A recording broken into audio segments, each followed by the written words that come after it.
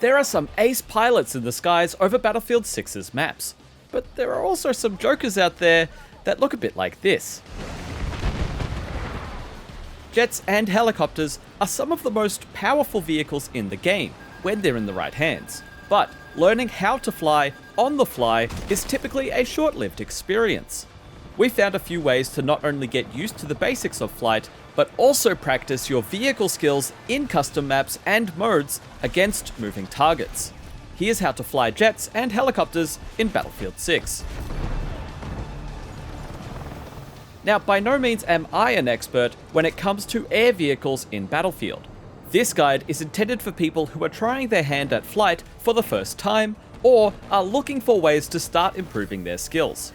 We'll start by showcasing the basic controls and strategies of each vehicle, before highlighting ways to use the Battlefield Portal system to help you get some practice without getting swatted out of the air. First up, the jets. With the left stick on controller or WASD on keyboard, you can control the throttle and yaw. Forward and backward controls your speed, and left and right will gently steer the plane to the left and right, which is great for fine-tuning your aim. Rolling left and right is controlled by the right stick on controller or with the mouse on PC, moving left and right, and pitching up and down is controlled by moving down and up on the right stick or mouse as well. Note that the pitch controls are inverted to simulate how jet pilots use their flight sticks in the cockpit, so pressing forward will pitch you down, and pulling back will pitch you up. Turning in a jet happens by using the roll and pitch actions in tandem. By pulling the nose of your jet up while tilted to the side, you'll be able to turn fairly quickly. Turning by pitching the nose down is also effective, it's just a bit slower.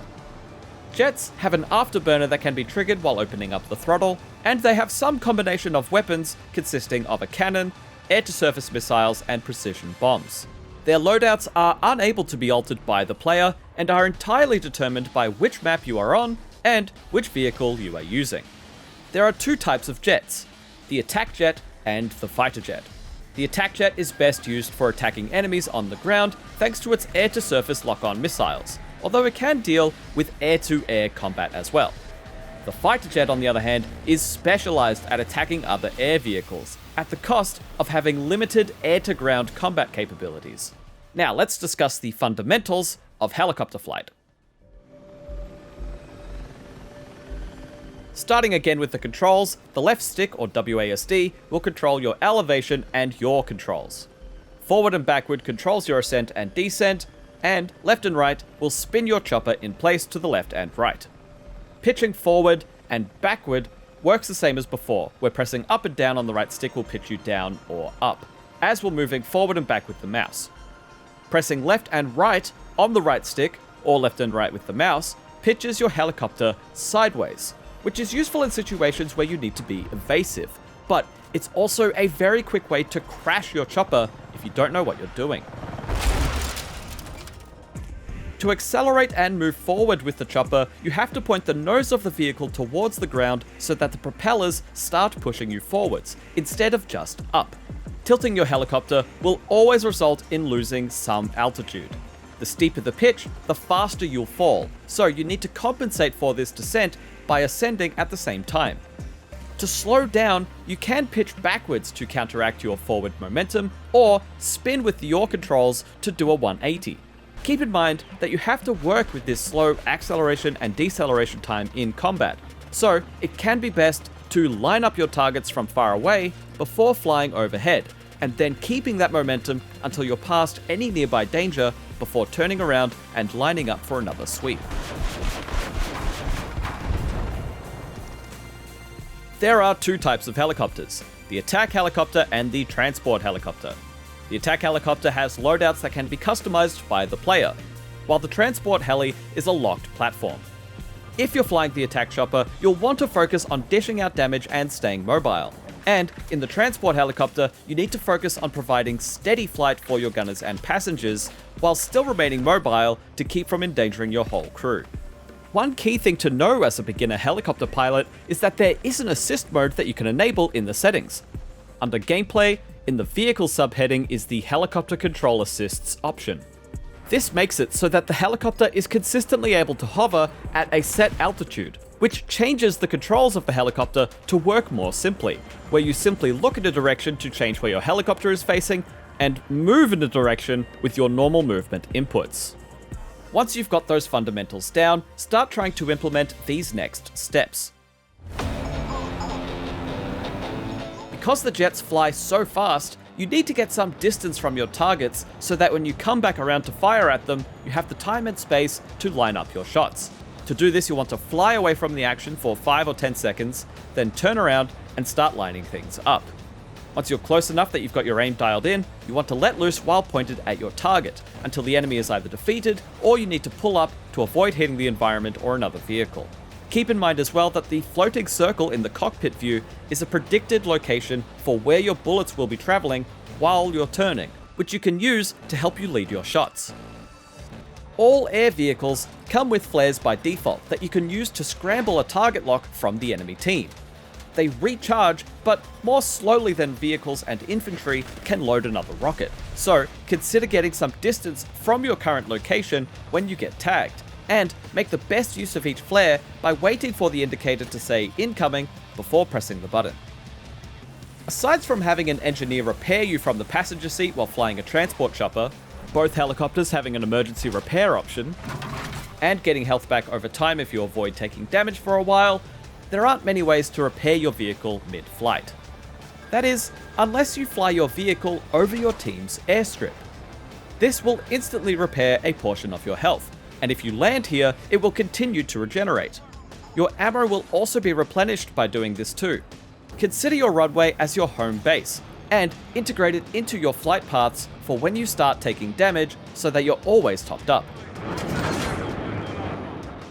Changing your camera view from first to third person can make a big difference for situational awareness. I personally find it easier to correct my helicopter's position in third person when I can see the whole vehicle. And if I'm in a dogfight with another jet pilot and they're just outside my field of view from the cockpit, opening out to third person view can help me see my enemy more easily. Play with the camera to see in which situations you prefer using which modes, and become proficient with switching if you need both modes at different times.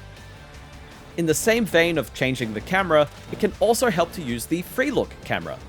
This locks your right stick or mouse controls while held down, letting you control the camera without altering your flight. This can leave you a sitting duck if someone is on your tail, as you won't be able to move your vehicle very well, but it's useful for finding targets that you've lost, seeing if anyone's right behind you about to take you out, or for looking at cool explosions as you fly past. If you're playing with a mouse, consider mapping the Freelook button to one of the side buttons for ease of use. Now, if you're playing on mouse and keyboard, you can swap out the mouse controls with the arrow keys instead if that works for you better.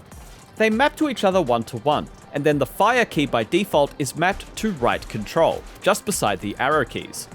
Some PC players also prefer to have a controller ready to go at all times, and then they swap to it as soon as they get in a flying vehicle, as they find it more intuitive than keyboard and mouse for flight.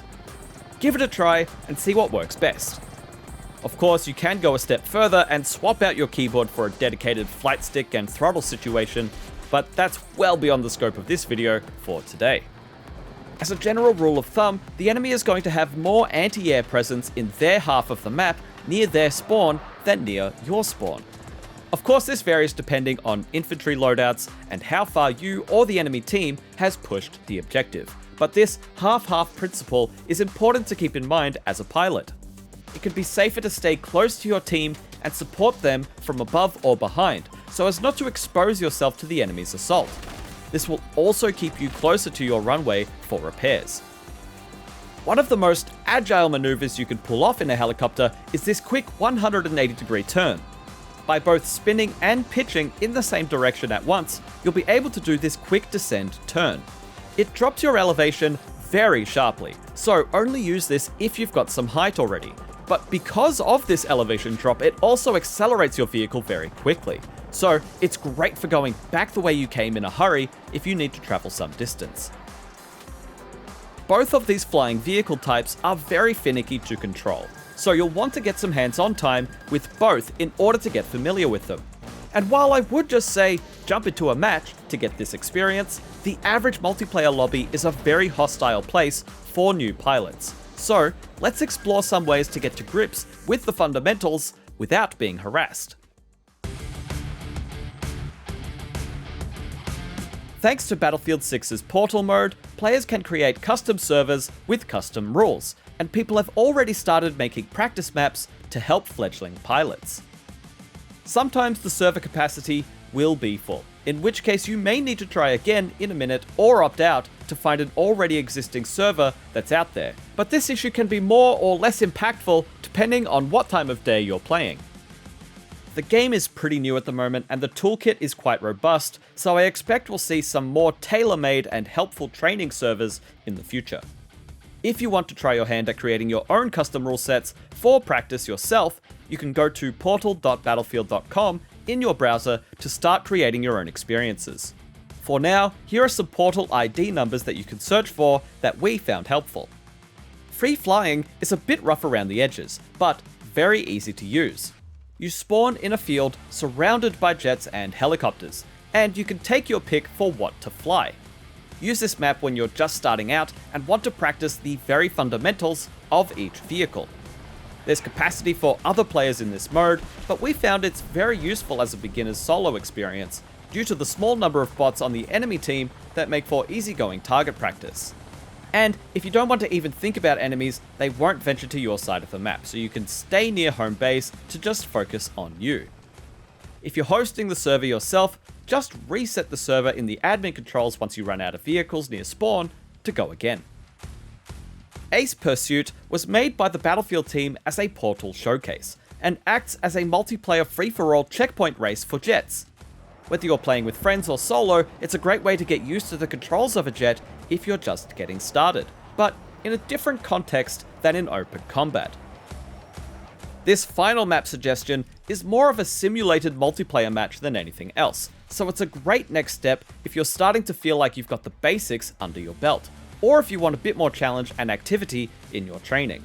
This is a 1 hour near unlimited ticket match filled with bots, and yes, the bots will enter the vehicles too, giving you an opportunity to take advantage of moving target practice. Joining a lobby with other players is a good way to learn with other players at a similar skill level, but I'd only recommend doing this after spending some more time with the bots first by hosting your own server and putting a password on it for a solo experience. Other players of a similar skill to you are going to be much harder to hit in the air than the bots, so make sure you've got the basics of aiming and shooting down first before throwing yourself against real players. That should be enough to get you some more flight proficiency, but there are plenty of other layers of the Battlefield multiplayer experience to uncover, so check in with our wiki for help with weapon customization, loadouts, map knowledge, and more. And for all other things gaming, stick with IGN.